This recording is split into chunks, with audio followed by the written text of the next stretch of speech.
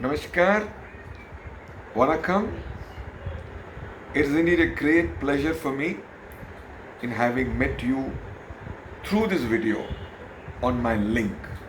Thanks a lot. Today, my topic of discussion with you is ABCD of financial planning, the basics of financial planning. But before we get into this main topic of the day, we should understand what exactly is financial planning. Yes, your guess is right. Financial planning is making your money work for you at a later stage. Right?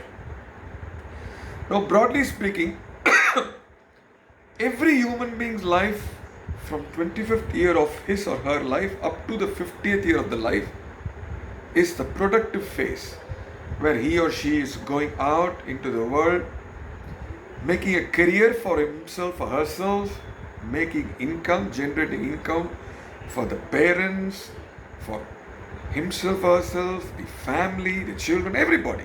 Okay? And it is a duty of every individual that in this productive phase of life, 25 to 50, do financial planning, or in other words, make your money work for you at a later stage. When? Later stage? From the 50th year of your life up to the 72nd year of your life, when it is unproductive phase of your life. Why is it unproductive?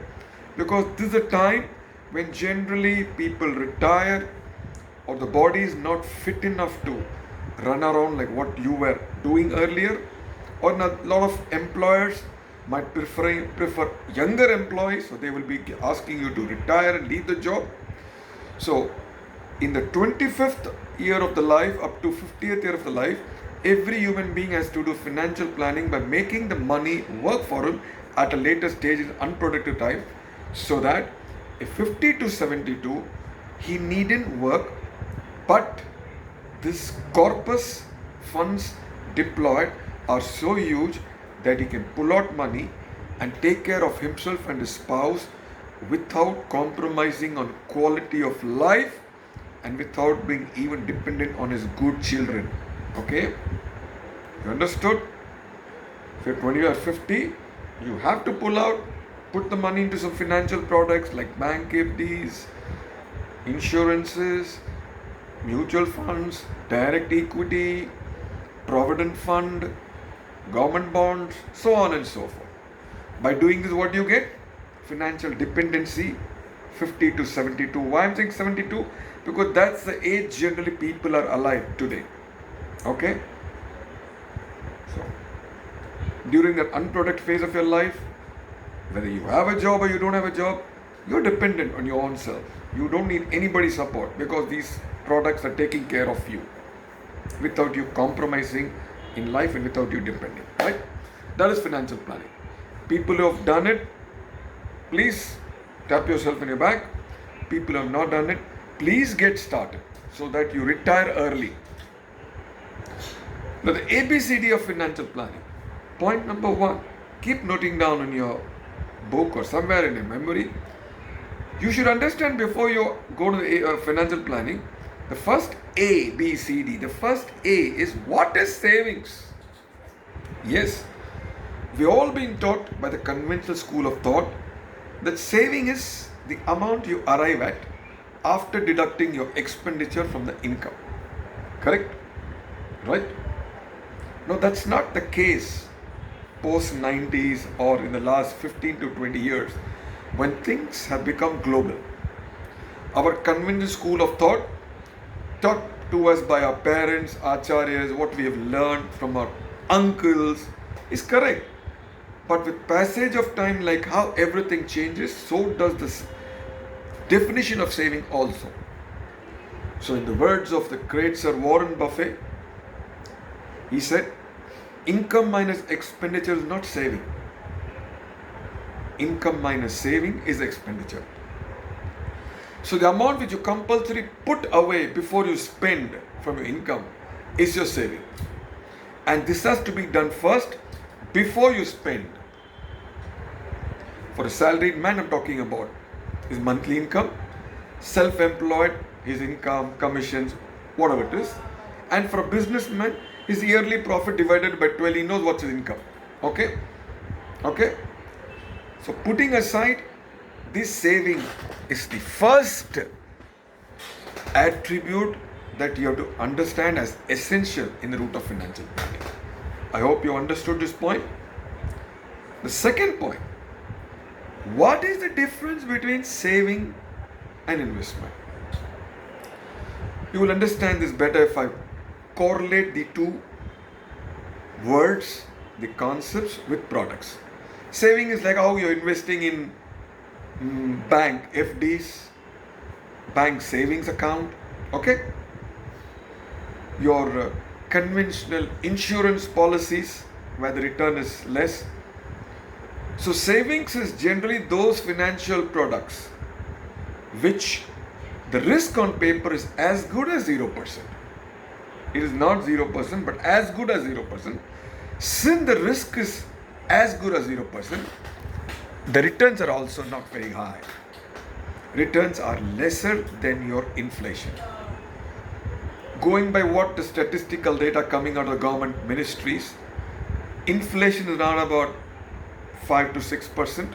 Okay, might be our housewives, our mothers will not agree because the government data coming out doesn't take into account the food inflation.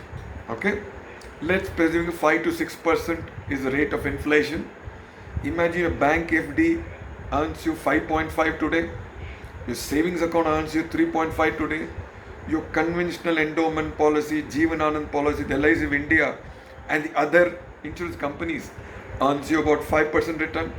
Now when your earning is lesser than the inflation, what does it mean?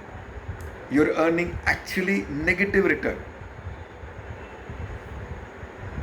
5.5% for example, calculation purpose is FD bank rate. Inflation is 6%. So 5.5 minus 6, you're actually making a return of 0.5. But it doesn't mean you should not save. No, you should save. For emergency, put a certain amount of money into bank FDs and SBs, savings bank account, which you can pull out at emergency and more importantly for your daily requirement. Insurance policy is long term, security to the family. So that also has got to be done. That you can't pull out. But the return again is low. Unless you've invested into unit linked insurance plans which give you a phenomenal return of 10 to 15% because these plans invest in stock markets. So we will get that out of the domain for the moment. For the moment we'll talk about only conventional plans. So the conventional plans, the bank FDs, the SBs, all are safe but they earn negative return. And since they don't outperform inflation, they earn negative return. So obviously over a period of time, how are you going to build your corpus when you're 50 plus, 20 years down the line, 25 down the line? Probably today's masala dosa 60 rupees will probably cost you 400, 500 rupees. Okay? Probably a petrol which costs you, might be talking in context of petrol is not valid because the electric cars are going to come into play. The point I'm arriving at is inflation is going to make your costs go up, which means the savings investment, savings bank investment, fixed bank deposits are not going to take care of you in your unproductive phase. But you need them for your emergency. So don't neglect them. Then what you got to do is put some amount of your money into insurances. Why? Life is uncertain. If I'm covered insurances, if something happens to me, my wife and children at least have the financial security. Imagine today every man at 25 gets a huge liability because he is buying a flat on EMI basis.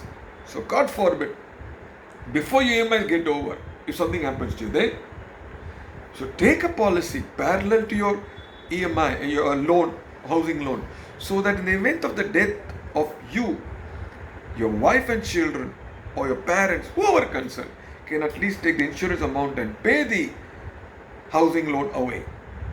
Okay? So insurance also is a must, but is saving oriented for your security. Do not neglect the investments zone. namely the mutual funds, equity mutual funds, and the direct equity, which go and invest in the stock markets. Because this is the place where your money can outperform inflation. Let's presume, based on past track record, the mutual funds in a long term have given 15% per annum return upward from the first day. Okay, you subtract your inflation, still you got 10-11% and the taxation is pro equity, which is very negligible. So imagine your capital is compounding every year 10% for the next 25 years. Imagine the amount of corpus you could have made. And this is where you can pull out and lead your unproductive phase of life, 50 to 72, with your wife. So don't neglect investment. Have savings, short-term contingencies, okay? Because when you put every money into the stock market, just because it's going to give you return, no, when you require it and the markets are down, you'll make a loss. And stock market investment, direct equity investments, the equity mutual funds, all long-term, preferably multiples of 10, 15, 20 years. They really multiply. So the second point you learn to bifurcate your income, what you're going to pull out, the saving. A major portion of it should go into investment and a small portion of it also should go into savings, taking care of your portfolio so that's evenly balanced. First point you learn, what is savings. Second point you learn, what is the difference between savings and investment. The third point, very important. Our parents told us, no, put your eggs into different basket. Why? Because if one basket breaks, the other baskets are intact to take care of us. In the financial parlays, we call it asset allocation. Put your income into different baskets. Savings, say 5-10% of your amount should always be there of your earning. FDs, another 10-15%. Okay. Another 10-15% income should go towards insurances. Another 25-30% should go into equity mutual funds. Another 20-25% direct equity. Some portion of it for your gold. You're putting your money, your savings into different baskets. So in any point of time, in the short run, if some baskets, a mutual fund, equity mutual funds is giving a negative return, you go the other things that are taking care of your contingency and daily requirement. And with passage of time, this negative return, if at all any, becomes positive and good enough. So at the end of the day, when you're in the 50th year of your life, if you've done a proper financial planning into all the asset classes, your per annum return on your portfolio is double digit. You have outperformed inflation. And when you outperform inflation, you become rich and mighty. You're not dependent on anybody. You're willing to give and help others because you're too much of the product which is called vitamin M, money. Okay, so what we discussed, what is savings? Different in investment and saving. Do a proper asset allocation. Buy all the products, insurances, FDs, gold, equity mutual funds, direct funds, provident funds, direct equity, everything. And finally, always have your investment linked to a goal. Today, if somebody is, say, presuming 30-year-old, getting a first child 20 years down the line, be it girl or boy, wants to go for higher education, and the 25th year wants to get married. Is no point you taking insurance policy endowment and saying that I'm going to pay and get 1 crore at the end of the 25th year, because 1 crore is today nothing. Imagine what it will be after 25 years. When your time duration is too long, go into equity funds, because 20-25 years you keep investing in equity mutual funds, you will never get a negative return, and long term the return is huge. So that time you use your equity funds, your mutual funds, for the purpose of planning your daughter or your son's marriage or higher education, whatever it is. And if you have some contingency coming, let's presume another next 5 years, if you want to get your next 2 years, if you want to, get your parent operated, that time don't go to mutual funds just because market is doing well. Park some money into bank FD and withdraw it and take it and give it to your parent for the surgery. In fact, more advisable to avoid pulling out money from your flow it is advisable in financial planning also to you to take a beautiful mediclaim plan covering your parents, your spouse, you, your child, everybody, so that at any point of time your capital erosion doesn't take place because of a doctor or hospitalization. And it is believed 70-80% of people in India even today withdraw their life savings at the age of 50th year of the life to pay the doctors for the hospitalization. So take a medical policy also, a part of asset allocation. Fourth point, what I told you, goal. Okay? Long term for equity mutual funds. Have a goal in your write down in diary. This money I'm not going to touch. This is only for my daughter's education. This is for my son's marriage. Okay?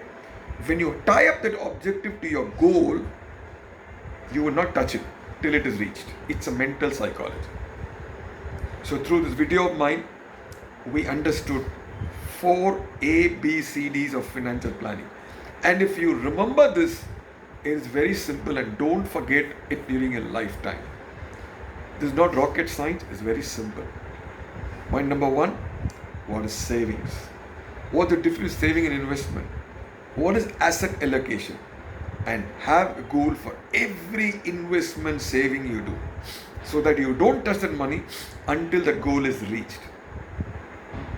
So, any doubts, you can always call me on 9566298973. My name is R.Raj, alias Raj Ramchand. I represent India's #1 mutual fund distributor platform, NJ India Invest Private Limited, with head office at Surat, Gujarat, and operating in a lot of towns and cities of India and across the world. We are the #1 mutual fund distributing platform in India, having more than 1,25,000 crores of assets under advice by us. And with LIs of India, Pan India, I'm one of the top insurance advisors. So, any queries, any doubts, you can always revert back to me. I hope this, what is financial planning and the ABCD of financial planning, was useful to you. Please, I will look at it only this way. If my video has been of any use to you, I would request you with my hands folded to please put what you have heard from me into action immediately. This alone will give me satisfaction that my video has truly achieved its end objective. Nandri, Vanakkam.